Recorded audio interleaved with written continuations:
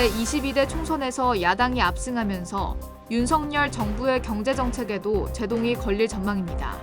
11일 증권가에 따르면 하이투자증권의 이웅찬 연구원은 보고서에서 5월 이후 밸류업 정책은 예정대로 이어지겠지만 주가를 부양하기는 어려울 것이라며 밸류업 정책의 모멘텀 상실은 불가피해 보인다고 예상했습니다.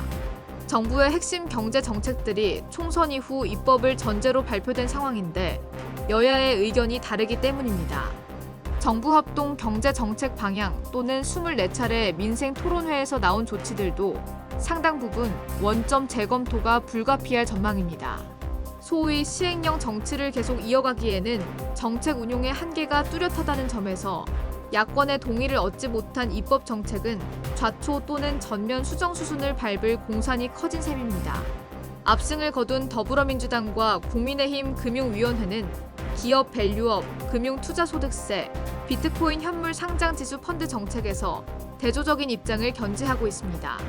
특히 민주당은 윤석열 정부의 기업 밸류업 정책의 세금 인센티브 방안, 금융투자소득세 폐지에 대해 부정적인 입장입니다.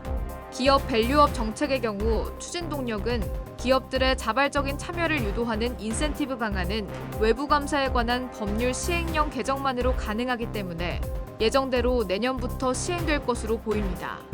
하지만 법인세 감면 등 밸류업 세제 혜택은 백지화될 전망입니다.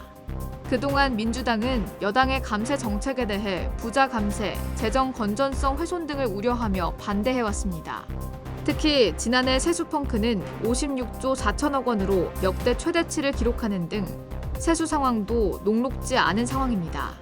여당의 금투세 폐지 공약도 백지화 수순을 밟을 전망입니다.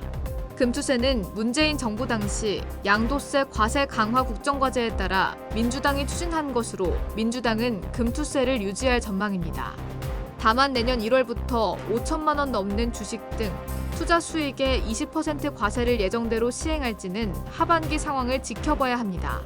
연구개발 투자 증가분에 대한 세액 공제율 한시 상향, 시설투자 임시투자 세액 공제 1년 연장안 등 투자 활성화 정책도 불투명해졌습니다.